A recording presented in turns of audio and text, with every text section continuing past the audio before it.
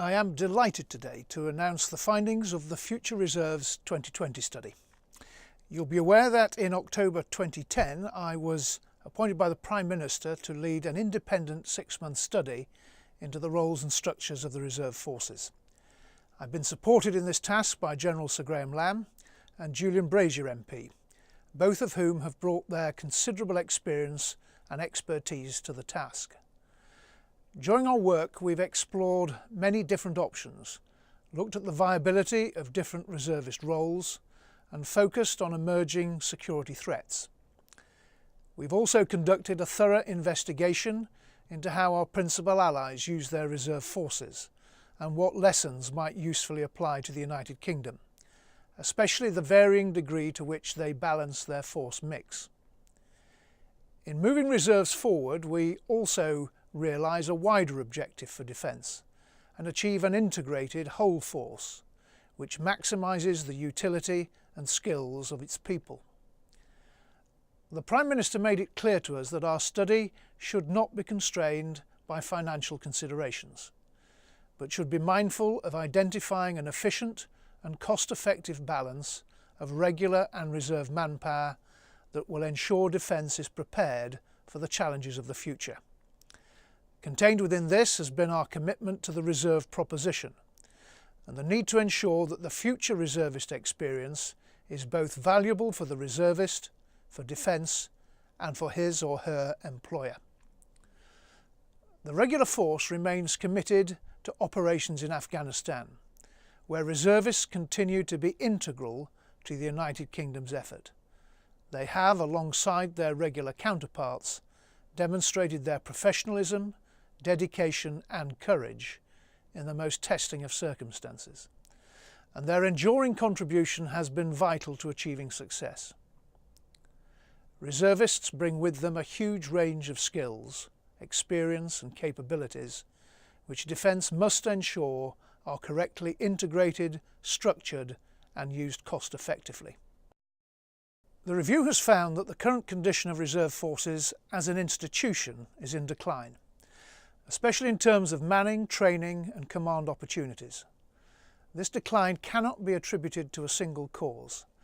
It is the result of defence policies that have necessarily had to balance scarce resources and operational commitments over the last decade.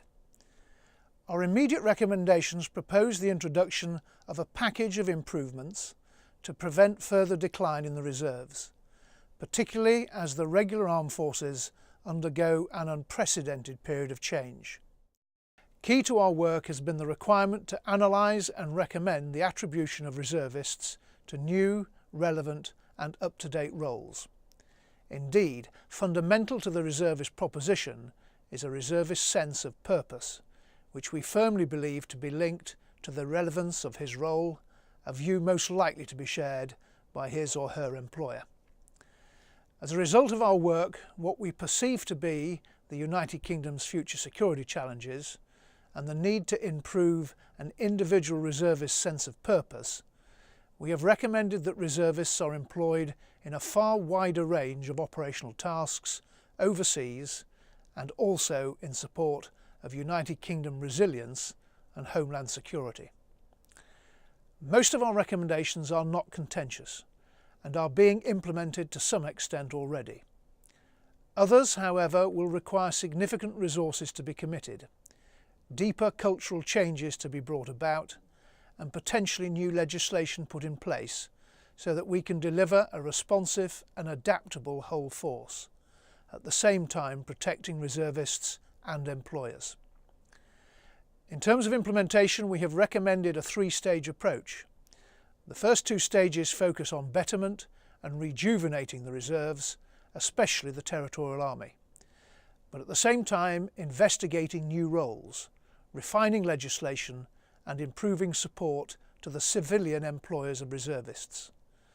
I envisage that the next scheduled defence review in 2015 will provide a logical waypoint at which we can determine the extent of further integration of reserves into the whole force structure. We realise that the Prime Minister, the Government and the Minister of Defence will now require time to digest our recommendations before making their formal response. and I appreciate that you too will want to know what this means to you personally. I commend to you our report, which you can download from the Defence website, and a detailed implementation plan will be communicated in the autumn. We firmly believe that this report represents good news for the reserves, for Defence and society more widely. We believe we are now presented with a generational opportunity to change our reserve forces model for the better, to ensure that the systemic decline of our reserves is reversed and that Defence is put in a better place to meet the security challenges of the future.